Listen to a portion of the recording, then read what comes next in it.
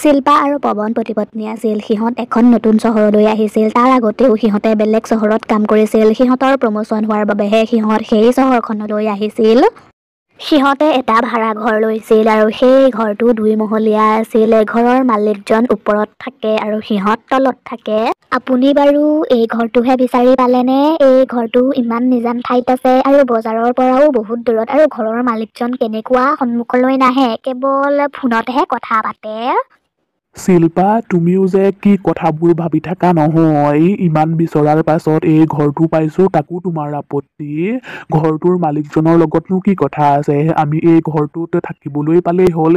আৰু বজাৰৰ কথা কৈছা যে, আমাৰ দেখোন গাড়ী আছেই। বজাৰ যিমানেই দূৰত নহওক, আমিতো গাড়ী লৈ যাবই পাৰিম। মইতো সদায় বেয়া কথায়ে কওঁ, কোনদিনানো মই ভাল কথা কওঁ? হ'ব, সেইবোৰ কথা এতিয়া বাদ দিয়া। সেইবোৰ ধৰি থাকিব নালাগে। যোৱা এতিয়া খোৱাৰ যোগাৰ কৰাগৈ, মোৰ বৰ ভোক লাগিছে। পৱনে শিল্পাৰ কথা গুৰুত্ব নিদিলে আৰু সি গুচি গ'ল। ৰাতি হোৱাৰ লগে লগেই সিহঁতে খাদ্য খাই শুই গ'ল আৰু চাৰিওফালে নিজান হৈ আছিল। তেতিয়াই কিহবাৰ শব্দ শুনি শিল্পাৰ টোপনি ভাঙি গ'ল। কিহৰ শব্দ আছিল বাৰু? শিল্পা ৰুমৰ পৰা বাহিৰলৈ ওলাই আহিলে আৰু তেতিয়াই তাই দেখিলে এজন মানুহ দৌৰি দৌৰি চিৰিয়েদি ওপৰলৈ গৈ আছে। মানুহজন ইমান স্পীডত দৌৰি আছিল, সেইবাবে তাই মানুহজনৰ চেহেৰাটো দেখিয়েই নাপালে। আৰে, কোন হয় বাৰু? নিশ্চয় ঘৰৰ মালিকজন। কিন্তু তেওঁ কিয় ইমান স্পীডত দৌৰিছে? তেওঁ নিজৰ ঘৰতেই চোৰৰ নিচিনাকৈ আছে যে। বাৰু, মোৰনো কি? তাৰ পাছত শিল্পা গৈ শুই থাকিলেগৈ আৰু পিছদিনা শিল্পায়ে অফিচৰ পৰা ছুটী লৈছিল আৰু পৱন অফিচলৈ গুচি গ'ল আৰু তাই বহি টিভি চাই আছিল। তেতিয়াই তাইৰ মনত পৰিল তাইৰ কাপোৰ ৰ'দত দিবলৈ আছে। ইয়াত দেখোন কাপোৰ মেলিবলৈ জেগায়েই নাই। মই এতিয়া কি কৰোঁ বাৰু? ইমানবোৰ তিতা কাপোৰ ক'ত মেলিম এতিয়া? মই চাদৰ ওপৰলৈকে যাওঁ, তাতেই কাপোৰবোৰ মেলি দিমগৈ। যেতিয়াই শিল্পায়ে কাপোৰখিনি লৈ ওপৰলৈ যাবলৈ ধৰিলে, তেতিয়াই তাইক কোনোবায়ে ক'লে, তাতেই ওপৰলৈ নাহিবি। মই তহঁতক ঘৰটো দিয়াৰ আগতেই কৈছিলো নহয়, ওপৰলৈ অহা মানা আছে বুলি। আচলতে কাপোৰখিনি ৰ'দত দিবলগীয়া আছিল, সেইবাবে মই ওপৰলৈ যাম বুলি ভাবিছিলো। মই কি ক'লো ভালদৰে শুনা নাপালা নেকি? যি কাম কৰা তলতেই কৰিবা, কেতিয়াও ওপৰলৈ উঠি নাহিবা। কথাবোৰ শুনি শিল্পা ৰুমলৈ গুচি গ'ল আৰু ঘৰৰ মালিকজনৰ ওপৰত তাইৰ বহুত খং উঠিছিল। কিছু সময়ৰ পাছতেই পৱন আহিল। পৱন অহাৰ লগে লগেই তাই পৱনৰ আগত ঘৰৰ মালিকজনৰ বদনাম গাবলৈ ধৰিলে। ঘৰৰ মালিকজন কেনেকুৱা বাৰু? তেওঁ অন্তৰখন ইমানেই কঠোৱা নে? মই বাৰু এতিয়া কাপোৰবোৰ ক'ত শুকুৱাওঁ? শিল্পা, ইমান সৰু সৰু কথাবোৰ ডাঙৰ কৰি নেপেলাবাচোন। মই কালিলৈকে এটা ৱাশ্বিং মেচিন লৈ আহিম। তাতেই তুমি কাপোৰ ধুবা আৰু কাপোৰবোৰ তাতেই শুকুৱাই ল'বা।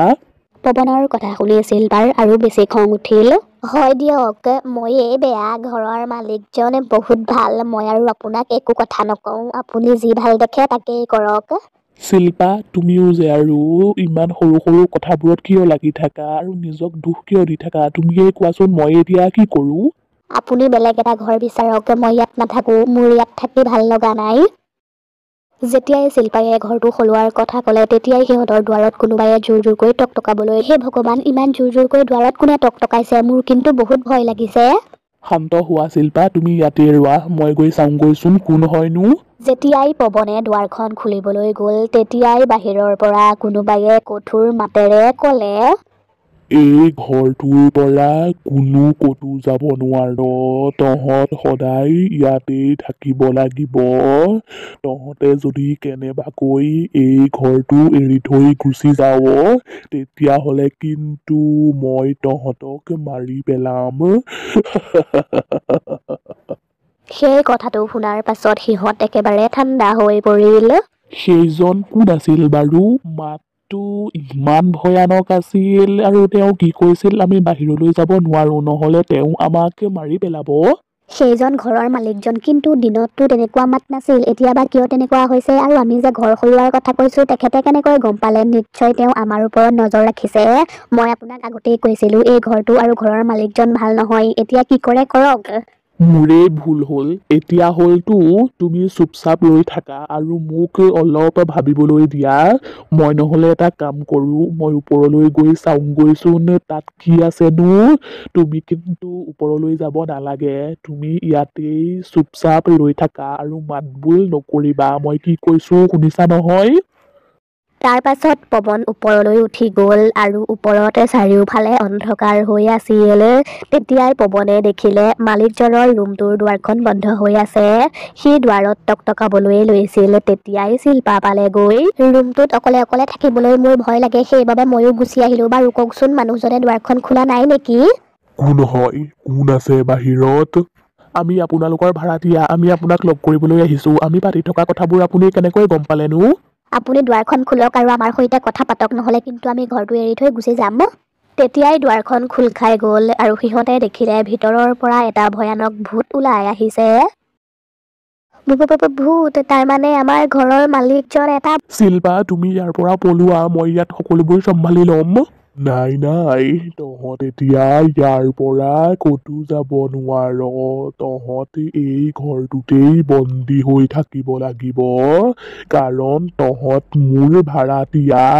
আৰু এটা কথা, তহঁতে যি কথা পাত সকলোবোৰ মই শুনা পাওঁ, লাগিলে মই য'তেই নাথাকো কিয়।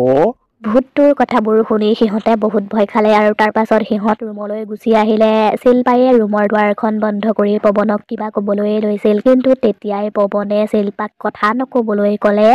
শিল্পা, কথাবোৰ লাহে লাহে কোৱা। আমি যি কওঁ ভূতটোৱে সকলোবোৰ শুনা পায়। পৱনে লাহে লাহে শিল্পাৰ কাণত ক'লে।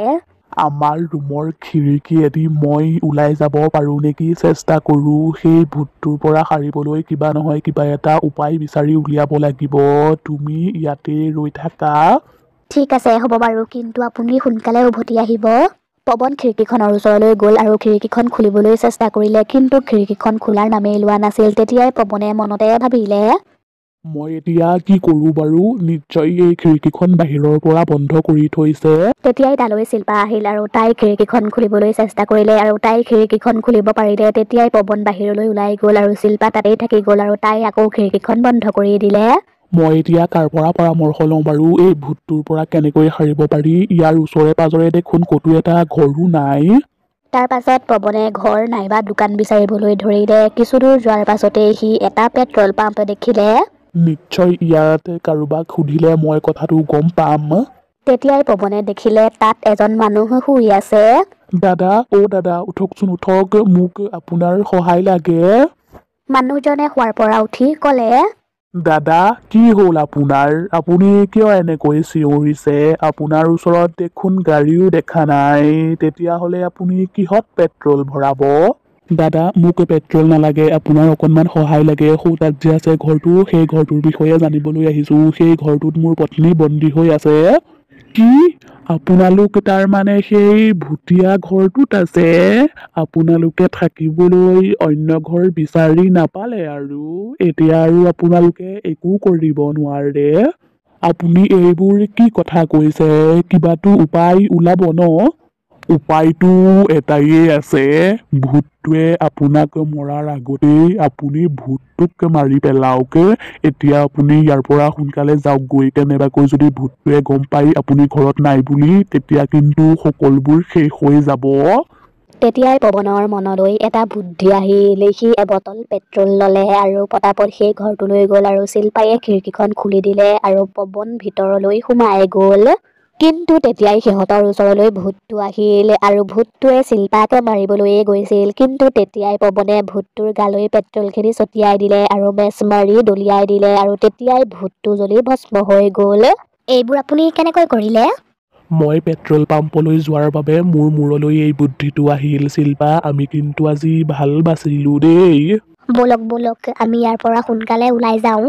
শিল্পা, আমিনো বাৰু এতিয়া কিয় সোনকালে এই ঘৰটোৰ পৰা ওলাই যাওঁ কোৱাচোন? এতিয়াতো এই ভূতটো জ্বলি ভস্ম হৈ গ'ল। এতিয়া আমি এই ঘৰটোৰ ভাড়াতীয়া নহয়, আমি এতিয়া এই ঘৰটোৰ মালিক হৈ গ'লো, মালিক। পৱনৰ কথা শুনি শিল্পায়ে হাঁহিবলৈ ধৰিলে আৰু তাৰ পাছৰে পৰা সিহঁতে সেই ঘৰটোতেই সুখে শান্তিৰে থাকিবলৈ ল'লে আৰু সিহঁতৰ এতিয়া সেই ঘৰটোত থাকি ভয়ো নলগা।